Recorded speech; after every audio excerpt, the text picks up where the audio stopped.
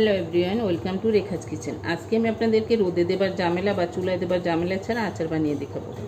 আচার বানাবার জন্য এখানে আমি আম কেটে গ্রেটার দিয়ে গ্রেট করে নিয়েছি, দেখতেই পাচ্ছেন। তারপর আমি ভালো করে নিগড়ে নিয়েছি যেন কোনো রকমের পানি না থাকে। এই আচারটা খেয়াল রাখবেন, কোনো রকমের পানি যেন না থাকে, তাহলে কিন্তু এই আচার অনেক দিন পর্যন্ত রেখে খেতে পারবেন।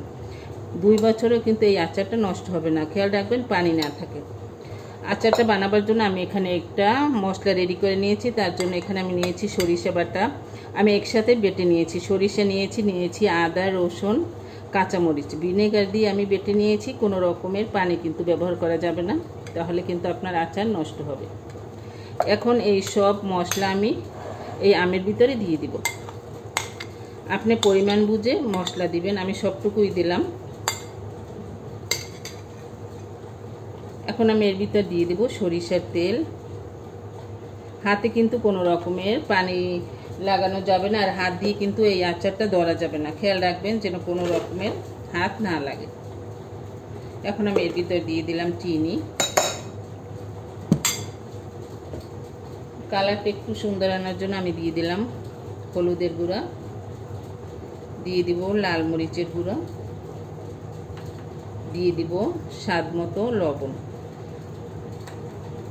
আর মশলার সাথে কিন্তু আমি কাঁচামরিচ বেটে নিয়েছিলাম, তার জন্য জালের পরিমাণটা কম দিয়েছি।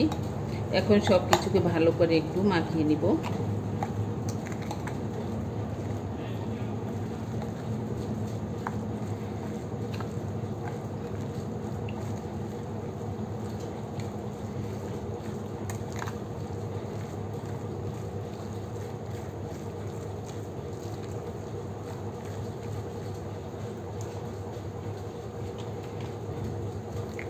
আমি মশলাটা ভিনেগার দিয়ে বেটেছি, তাই ভিনেগারের পরিমাণটা কিন্তু একটু কম দিয়েছি।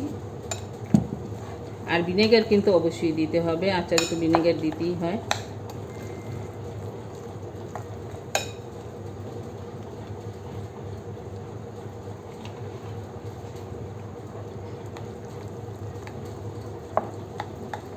আর এই আচারটা বানিয়ে আপনারা পেয়ারা, আমড়া, জাম্বুরা, খিচুড়ি সব কিছুর সাথে কিন্তু খেতে পারবেন।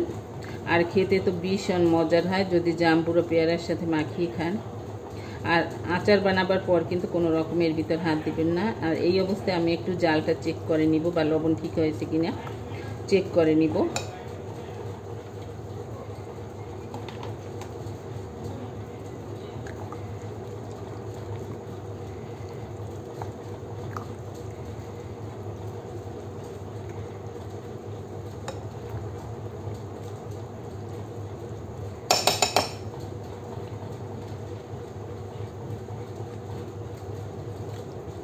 সব কিছু ঠিক আছে।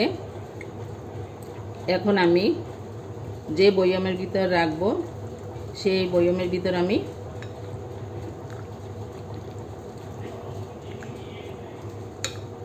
দেখতেই পাচ্ছেন, এখন আমি বয়মে ভরে নিব।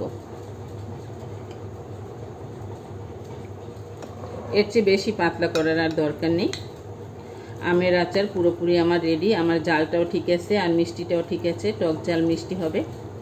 আশা করছি আজকের এই রেসিপিটি আপনাদের কাছে অনেক ভালো লেগেছে। ধন্যবাদ।